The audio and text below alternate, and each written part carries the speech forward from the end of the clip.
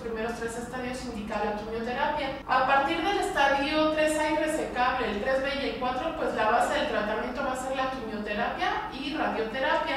Y obviamente de acuerdo al estadio, pues la supervivencia cambia. En el estadio 1 la supervivencia a 5 años es aproximadamente del 65%, la cual cae en el estadio 4 hasta el 10%, pero solo a 2 años. En cuanto al tratamiento quirúrgico, existen varias modalidades. Puede ser que sea una neumonectomía, es decir, quitar un pedazo de pulmón, una resección en cuña, que literalmente solo se quita donde está el cáncer, esto es en estadios muy tempranos, una lobectomía que se quita todo un lóbulo del pulmón, o bien una neumonectomía que se quita todo el pulmón. Obviamente esta última, bueno, pues los riesgos pueden ser mucho más altos que los beneficios. La radioterapia sabemos que es un tratamiento que se basa en los rayos X de alta energía para destruir estas células cancerosas.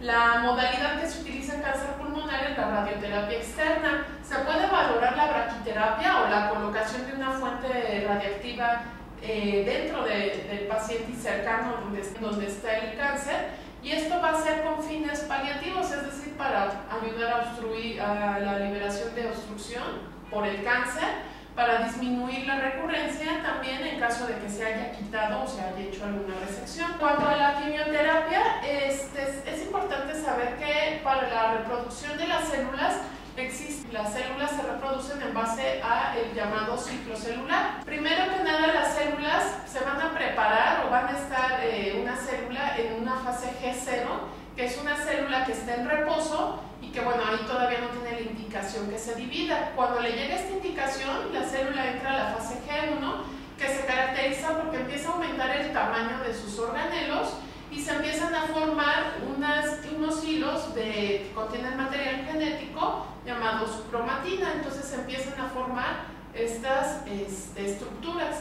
Posteriormente la célula entra a la siguiente fase, que es la fase S, por fase de síntesis. En esta como tal ya se forma el DNA, ya se empiezan a formar las dos cadenas del DNA, de ahí que se empieza a engrosar esta cromatina y se empiezan a formar unas estructuras llamadas centriolos, que son las que van a dirigir posteriormente esta división celular. En la fase G2, que es la siguiente, en esta se revisa que no haya habido errores durante la formación o la síntesis de DNA, y si los hay, se reparan. Posteriormente se entra en la fase de mitosis, que es como tal la división celular, y esta consta de 4 subfases a la vez. La primera es la profase, que se caracteriza porque aquí ya se empieza a dividir la cromatina y los centriolos empiezan a migrar hacia los polos de la célula. Y esto es importante porque de aquí estos son los que van a guiar la división celular. La cromatina o estas cadenas de DNA se empiezan a formar ya como tal, se empiezan colocando hacia el centro de la célula y ya se empiezan a formar estas estructuras llamadas microtúbulos. Posteriormente, en la metafase ya como tal están formados los cromosomas y se alinean en el centro de la célula, y en la anafase estos cromosomas se separan llevando la mitad de la información genética hacia cada polo, guiados por los centriolos y los microtúbulos.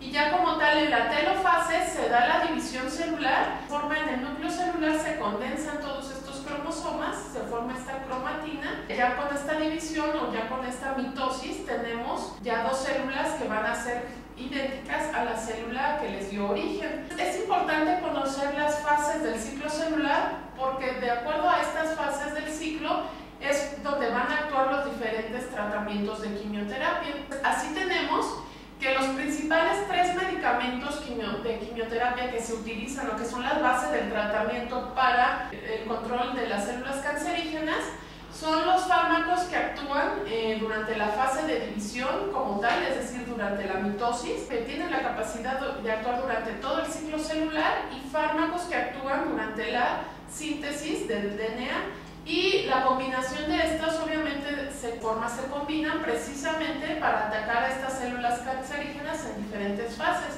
Entonces tenemos los fármacos que actúan en la fase de mitosis, que son los alcaloides de la vinca, como la vinclastina, o los taxanos. Los platinos, como el cisplatina o carboplatino, tienen la capacidad de actuar en todas las fases de la célula o del ciclo celular.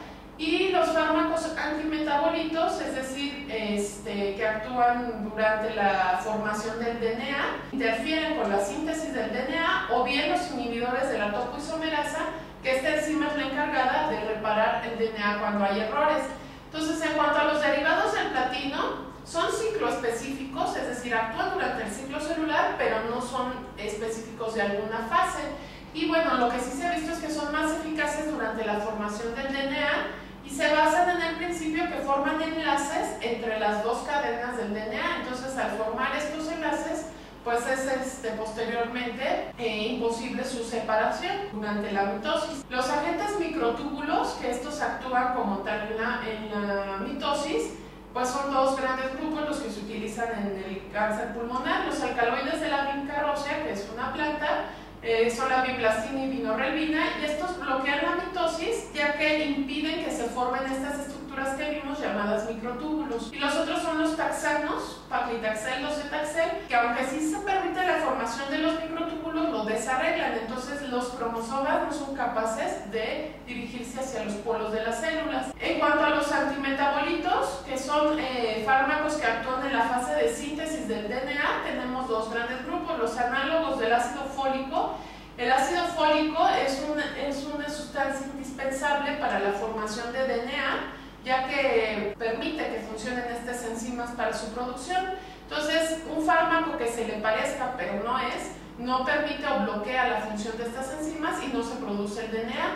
Y análogos de bases pirimidínicas, recordemos que estas bases son los escalones que forman esta escalera de DNA. Entonces, igual llega este fármaco y se pega a esta cadena de DNA, y bueno, ya no es posible, o se divide, se reproduce esa célula, pero de forma inadecuada. Y ejemplo de este es la gemcitabina. Y el otro fármaco que actúa en la fase de síntesis son los inhibidores de las topoisomerasas. La topoisomerasa es una enzima que corta el DNA, revisa que esté bien producido y lo vuelve a pegar. El fármaco que se une a la topoisomerasa 1 es el irinotecan, y lo que hace es de que impide la reconstrucción o que se pegue nuevamente esta cadena o esta escalera de DNA. Y la topoisomerasa 2 lo que hace es de que al inhibir la enzima, ya que se cortó el DNA, pues ya no se puede igual, ya queda todo desarreglado y bueno, queda un DNA defectuoso. Tenemos otros fármacos que van a actuar de forma dirigida contra estos receptores que están expresados de forma exagerada. Los fármacos que actúan contra el receptor del factor del crecimiento epitelial, bueno, son tres: cetuximab, erlotinib y gefitinib, que van a actuar en diferentes puntos de este receptor. Entonces, el cetuximab, que es un anticuerpo monoclonal, lo que hace es que se va a pegar al receptor del factor de crecimiento. Entonces, se impide que sus ligandos naturales se peguen, o sea, sus señales naturales se peguen, y pues así lo bloquea. El gefitinib lo que hace es que igual se va a pegar a este receptor y va a inhibir a esta enzima, que es la tirosincina, para evitar que sus funciones normales de este receptor. Y el erlotinib hace lo mismo, se pega a esta tirosincina, pero el gefitinib, la diferencia es que se pega a la cabecita del receptor. El erlotinib lo hace precisamente a esta enzima que está pegada al receptor, la bloquea y bueno, se bloquean todas las señales posteriores de activación. El otro medicamento que va a estar dirigido contra el otro factor de crecimiento del endotelio vascular es el bevacizumab. Entonces, lo que se hace, este anticuerpo monoclonal se pega a los receptores que tiene este tumor para este factor de crecimiento, y al pegarse, bueno, impide la acción de e impide que crezcan estos vasos sanguíneos para alimentar al tumor. Ya que se da este tratamiento, pues hay que valorar la respuesta del paciente, y esta va a depender pues de los síntomas y del tamaño del tumor. Se habla de una revisión completa cuando no hay evidencia clínica, radiográfica o serológica de tumor en un mes. Remisión parcial cuando se reduce a más de la mitad del tumor, pero no al 100%. O bien cuando hay una respuesta radiológica del 100%, es decir, ya no se ve el tumor, pero persiste algún marcador tumoral elevado. La progresión es cuando aumenta de una cuarta parte a la mitad del tamaño del tumor o hay lesiones nuevas. Y la recurrencia es que después de haber logrado una remisión completa, el paciente durante su seguimiento presenta nuevamente células malignas. Ya para finalizar esta parte médica, vamos a hablar del tratamiento. Una vez que ya se tiene el tipo histológico, es decir, carcinoma de células no escamosas, incluyendo adenocarcinoma, células grandes o no especificado, o bien carcinoma de células escamosas. Si tenemos el diagnóstico de carcinoma de células escamosas, de primera intención o inmediatamente iniciamos el tratamiento, la terapia de primera línea. No es necesario hacer la determinación del receptor del factor de crecimiento epitelial en el cáncer de células escamosas. En el adenocarcinoma sí es indicativo hacer esta determinación. Si es negativo o no está determinado, está indicado iniciar con la terapia de primera línea. Si es positivo, podemos iniciar erlotinib, fármaco bloqueador del receptor del EGFR, antes de la terapia de primera línea o durante la quimioterapia. ¿Cuál es la terapia de primera línea? Pues la base del tratamiento es un platino, es decir, cisplatino o carboplatino, más un fármaco de tercera generación que actúe en algún ciclo, en una fase específica del ciclo celular. Pueden ser los que actúan durante la mitosis, como los taxanos o los derivados de la vinca, los que actúan durante la fase de síntesis, como irinotecan, etoposide, gemcitabina, pemetrexed. Entonces, con alguno de estos más platino. Y bueno, podemos utilizar de primera línea, ya según algunas guías europeas y algunos estudios que se han realizado el año pasado, de primera línea podemos utilizar gefitinib cuando tenemos un cáncer localmente avanzado o metástasis, es decir, un estadio 3B o 4, y cuando tenemos la determinación o de que sí existe el receptor tirosincinasa del factor de crecimiento epidérmico, que es donde actúa este fármaco. Tenemos que, dentro de la evidencia de lo que sabemos que funciona, en la primera línea de manejo tenemos, para el cáncer de células no escamosas, es decir, adenocarcinoma, células grandes, la quimioterapia, que es este platino con algún fármaco de primera generación, es la que tiene evidencia, el mayor grado de evidencia. Algunas opciones puede ser utilizar bevacizumab si tenemos se puede utilizar para bloquear este crecimiento de los vasos que alimentan el tumor, más la quimioterapia de primera línea. Está indicado cuando es de células pequeñas no escamoso, cuando no hay historia de hemoptisis, y no se debe de dar como agente único, siempre como quimioterapia, y ya solo el mantenimiento puede valorarse como agente único.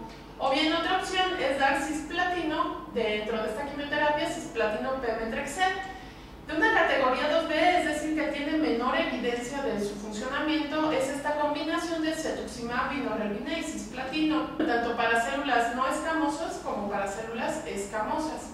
Entonces, ya que dimos nuestra terapia de primera línea con las consideraciones que mencionamos, hay que valorar la respuesta. Si existe progresión, nos vamos de inmediato a un tratamiento de segunda línea. Si hay respuesta o enfermedad estable, ya sea una respuesta parcial, completa o que no haya progresión, se va a completar 4 a 6 ciclos en total y se evalúa la respuesta. Si hay progresión, nos vamos al tratamiento de segunda línea. Si hay respuesta o enfermedad estable, podemos valorar 3 opciones, tanto dependiendo del paciente, de lo que quiere el paciente, del estado general de salud del paciente y precisamente de la respuesta que haya tenido. Podemos continuar el régimen que se dio hasta que haya progresión. Podemos cambiar a una terapia de mantenimiento, que esta tiene 2 modalidades, la de continuación o cambio, o podemos mantenerlo en observación. Entonces, esto dependerá del paciente y del médico. Dentro de la terapia de mantenimiento, la terapia de continuación se refiere a usar al menos uno de los agentes de la primera línea y se van a dar 4 a 6 ciclos de no haber progresión. Se refiere como terapia de mantenimiento de cambio o se cambia cuando no se utiliza o se inicia un agente no usado en la primera línea, y lo mismo, si no hay progresión, se va a dar después de 4 a 6 ciclos de la primera terapia, y esta se va a mantener igual por 4 a 6 ciclos. Entonces, si nosotros decidimos la terapia de continuación, si nuestro paciente viene de un régimen con quimioterapia más bevacizumab, podemos dar mantenimiento solo con bevacizumab. Si nuestro paciente viene de un régimen de cisplatino, vinorelbine y cetuximab, podemos mantenernos con cetuximab en caso